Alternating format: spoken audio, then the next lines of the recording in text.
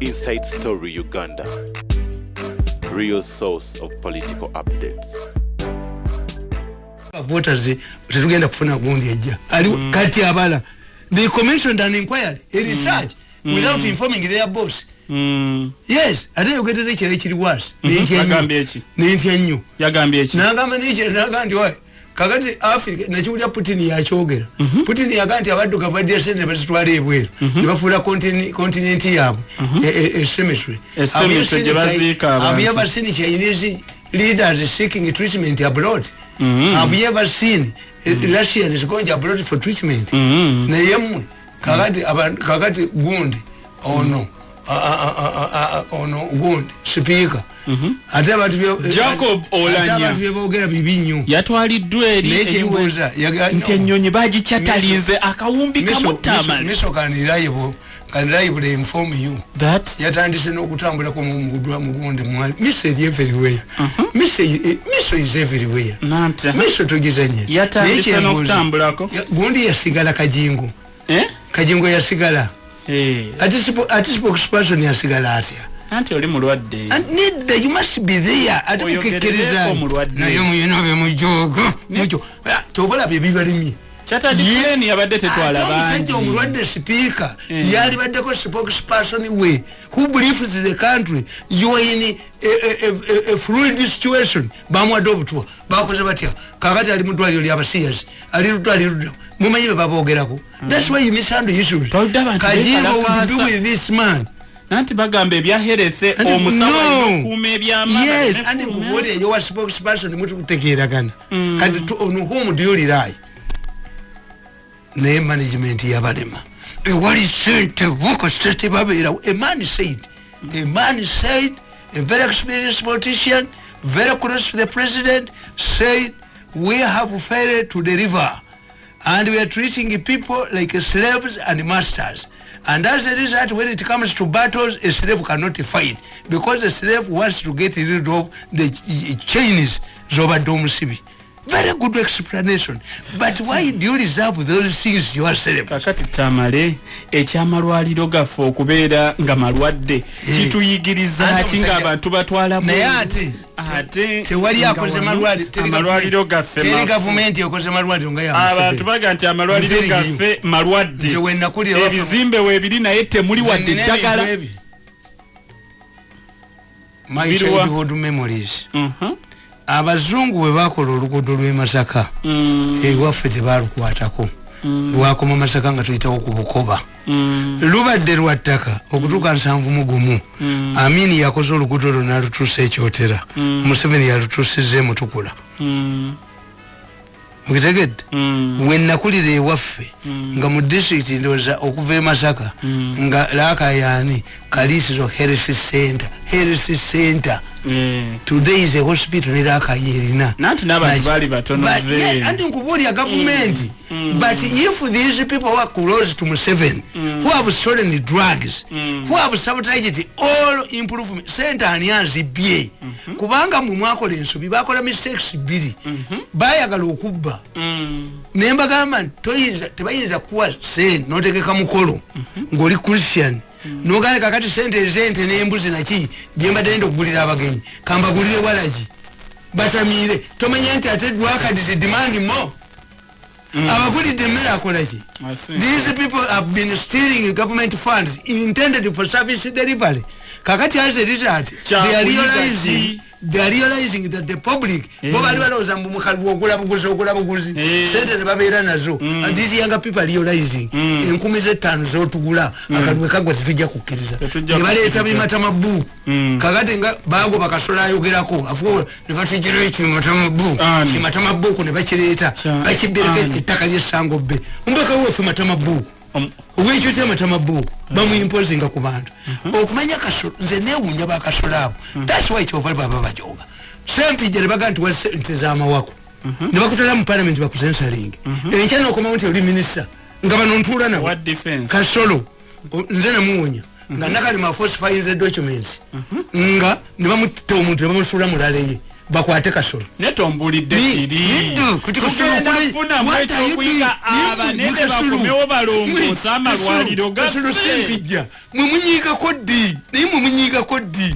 tinidde nkwata akatebe nenkakubira mu kabineti ng'olina kyewankola kati Tamale yes amalwaliro kati abanene banekyusa ne bagalongoosa oluvannyuma lw'okulaga babaddusa buddusa tufunyemu ekyo okuyiga talina sireti yonna Museveni alina advantages one Museveni has 4 years ahead and there's no agitation in Uganda Ugandans twekolera mirimu gyaffe we don't rely on government handouts I buy my fuel I've been buying my fuel for 8 years I maintain myself I don't get any allowance from government that's Uganda that's Uganda we grew up in the private sector botaba mataga we botaba banyankoli mataga abwe not ababa nyama yabwe not ne exporting enyama yonga tojibye not alumba abavubi ku nyanja kubba noni yabwe not alumba basoka kubba bikajjo byabwe they don't mind about Kampala okay because we have been with the governments twakulira mbwa kabaka ngabo delivering ki kabaka yawere abana bameka mwanga chance nakola ebije nakola business ze Ugandans don't mind bwe bakomawo nga covid yaweddeko they demand money ezo bazi billions what Ugandans wanted was Museveni to lift the local down to go back to their work kati ngatusibula Tamale no leta kwa no bobutale no benyama no babuli kimu no yingira wano no babuli kintu nga tusibula kikiba kuzobu nga tusibula Tamale singa bali sente zabo and you live Ugandans in peace for Abaganda tukugamba buli muntu yena nabera mwami me I cannot be a minister I cannot be an ambassador I cannot be an advisor I cannot be an analyst nga tusibula Tamale yange kwekolera byange nga tusibula neka kati sibye wa minister ze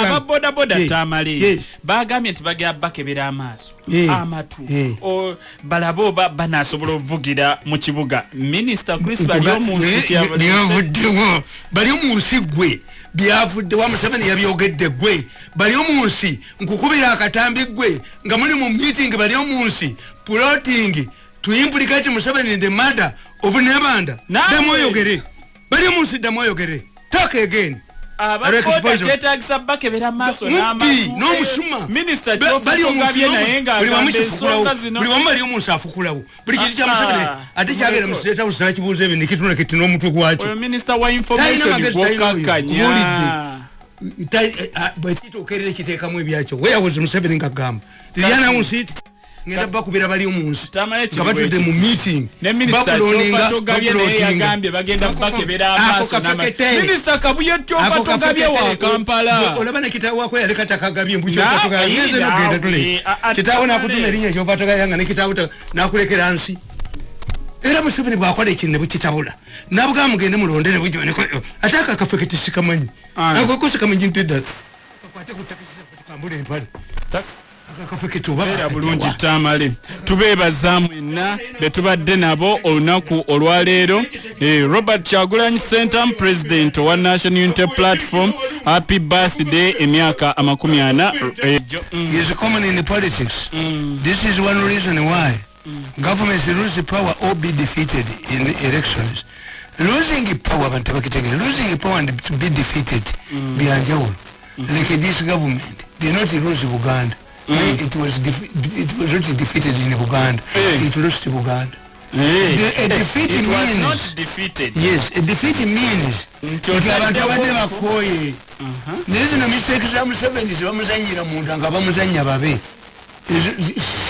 si defeat Museveni loses but he's not defeated all of these problems Uganda ekyaso okuddayo 90% ate mengo yegitwala Bobi Wine yegitwala ono wakala bintu yali atalisa mweteka mukodami wanga amutunde kozo no mwana mugezi akubye enkoba za mbogo Bobi Wine talinyanga ku makerere akubye banambozi baluzonga nakuba gundi mpuga alira munda ndi mpuga ye ani musponsoring okujja nabagamba tibasi besima wonani ena ali muti yasimba womuntu ani yali amwadde sente Nachoredde mbidde bali bagamba ine nkumbi za benyale baba DP gondi block bana abafulumyamu DP block ka million bamukwaku bamabike bonna abafulumyamu Bobi Wine yo Bwanika yasigala bamwaneka abedi Bwanika mugambe ayogere embuzi gye ziri Bwanika mbuzi upe iko wapi eza famu ya Sembego mukalaba wonna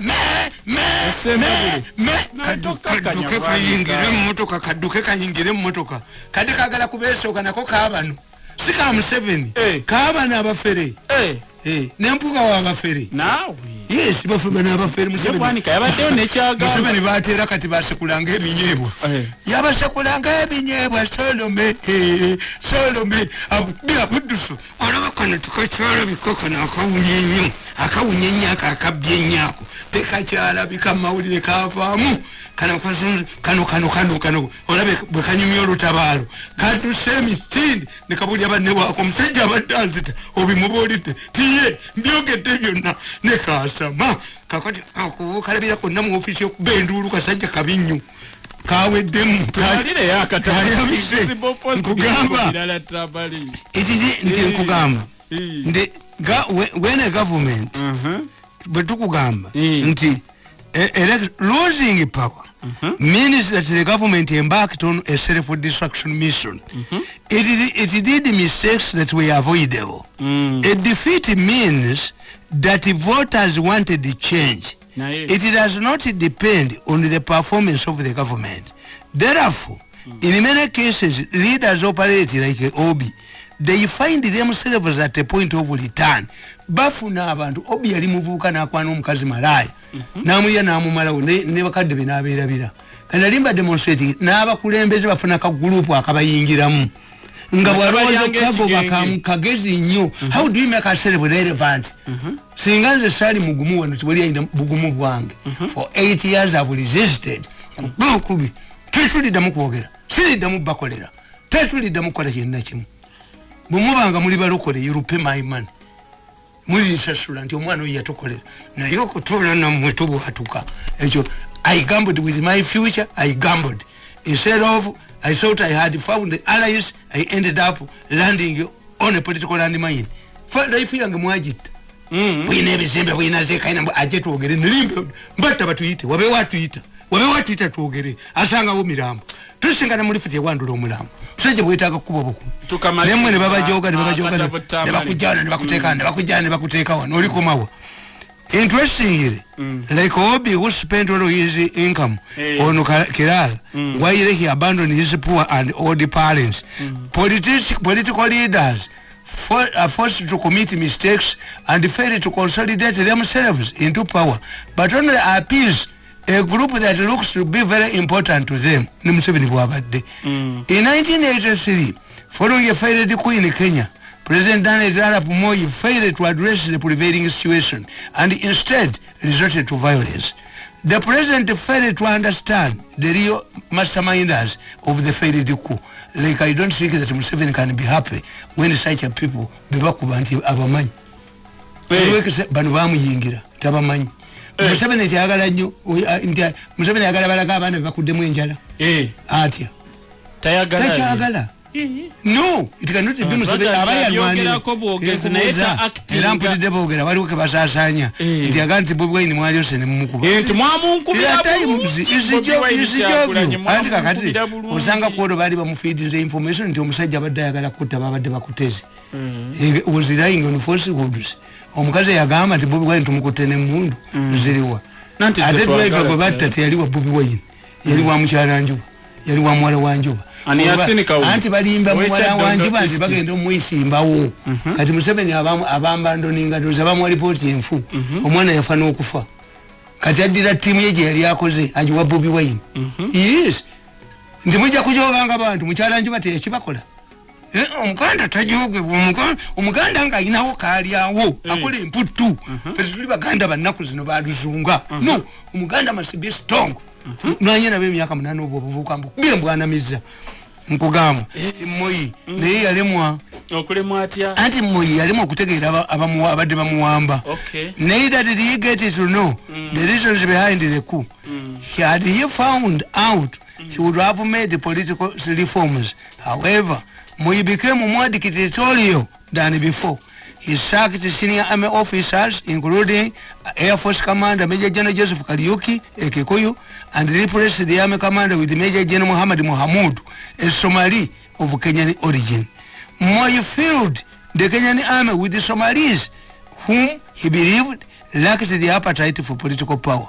This was a big political blunder because Kenyan politics is based on ethnicity, where political opponents are regarded as tribal representative or kingpins.